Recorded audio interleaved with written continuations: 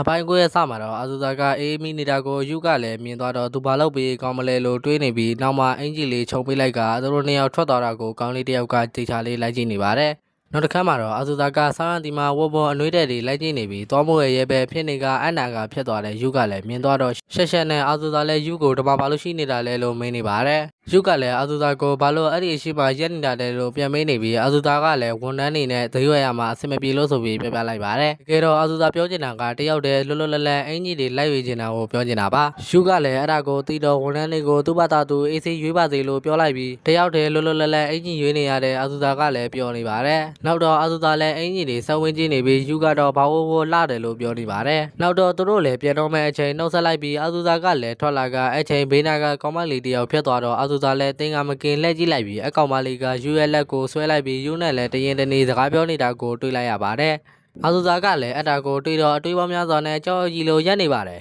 ်နောက်တစ်ခါမှာတော့အာဇူဇာလည်းအလုပ်တွေမှာတယောက်တည်းမိုင်းနေချိန်မနီကကောင်းလေးကရောက်လာပြီးဘာဖြစ်နေတာလဲမင်းနေကတကယ်တော့အာဇူဇာနဲ့အကောင်လေးကတငယ်ချင်းနေဖြစ်ကသူ့နမီကလည်းခန်းကြီးလို့ခေါ်ပါတယ်အချိန်ဟန်နာဆန်ကလည်းရောက်လာပြီးခန်းကြီးနဲ့စကားတွေပြောနေကခန်းကြီးကဒီနေ့အာဇူဇာထုံးစံနဲ့တခါမှဒီလိုစိတ်တကြနေတဲ့မမြင်ဘူးလို့ပြောနေကအာဇူဇာကလည်းမဟုတ်ကြောင်နေစိုးညင်နေပါတယ်ဟန်နာဆန်ကလည်းယူကြောင်မလာလို့မင်းနေတော့အာဇူဇာကလည်းရှက်ရှက်နဲ့ညင်းနေပြီးခန်းကြီးကလည်းယူနဲ့အာဇူဇာရဲ့အကြောင်းလေးကိုဟန်နာဆန်ကိုမင်းနေတော့အာဇူဇာကလည်းတော်တော်လေးရှက်နေပါတယ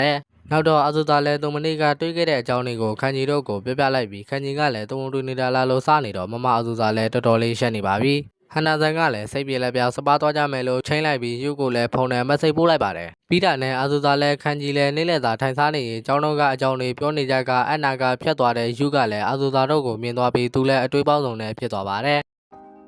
်နောက်တစ်ခါမှတော့အာဇူဇာတို့လည်းစပါးသွားမို့လူဆောင်နေကြပြီးအာဇူဇာကဘာလို့အစောကြီးလာကြတာလဲမေးတော့အကောင်လုံးကလည်းယူကပူစောတဲ့အကြောင်းကိုပြောပြလိုက်ပါတယ်နောက်တော့သူတို့လည်းစပါးတွေကိုလာနေကြရင်ခန်းကြီးကအာဇူဇာကိုယူကတော်တော်လေးလာတယ်လို့ပြောတဲ့အကြောင်းကိုအားချောင်းလိုက်တော့တကယ်ကြီးထင်သွားတဲ့အာဇူဇာလည်းရှက်နေပါတယ်နောက်တော့သူတို့လည်းစပါးကိုရောက်လာကြပြီးအာဇူဇာနဲ့ဟန်တာဆန်ကအပူကန်းထဲမှာအငွေ့တွေထုတ်နေကြပါတယ်သူတို့လည်းအငွေ့ထုတ်နေရင်အာဇူဇာရဲ့ခေါင်းထဲမှာယူကိုတွေးခဲ့တဲ့ကိစ္စမှာပဲပေါ်ပေါ်လာနေလို့စိတ်ကိုမနှက်ရှင်းနေရပါတယ်တစ်ဖက်မှာလည်းယူကခန်းကြီးရဲ့အကြောင်းကိုပဲစိတ်ထဲမှာရောက်နေကအာဇူဇာနဲ့အကောင်ကတအားကတ်လွန်နေတယ်ဆိုပြီးတယောက်တည်းအတွေးတွေလွန်နေပါတယ်နောက်တော့အာဇူဇာတို့လည်းအနှိတ်ခဲဝင်နေကြပြီးသွားတော့ရေပူစမ်းမှာရေစိမ့်နေကြပါတယ်ဟန်တာဆန်ကလည်းအာဇူဇာစိတ်ကြည်သွားအောင်ယူကိုအကောင်မလေးကဘသူလဲမေးခိုင်းနေကအာဇူဇာကလည်းမေးရင်ကောင်းမလားမမေးရင်ကောင်းမလားဆိုပြီးတွေးနေပါတယ်ညနေရောက်တော့အာဇူဇာလည်းမေးကောင်းမလားမမေးကောင်းမလားလို့တွေးနေကြအပြင်မှာထိုင်နေတဲ့ယူနဲ့တန်းတွေးနေပါတယ်ယူကလည်းအာဇူဇာကိုလမ်းလေးနဲ့ရှောက်ကြမလားလို့မေးတော့အာဇူဇာကလည်းလက်ခံလိုက်ပါတယ်ပြီးတာနဲ့တူတူလမ်းလျှောက်နေကြပြီးအတွဲတွေကိုမြင်တော့သူတို့လည်းအမြန်လမ်းလျှောက်နေကြပါတယ်ဘာဖြစ်လို့လဲတော့မသိပါဘူးအချင်းကြောင်နေနားလဲတဲ့ကောင်တွေတော့ကောမန့်တွေမှာရှင်းပြသွားပေးကြပါဦ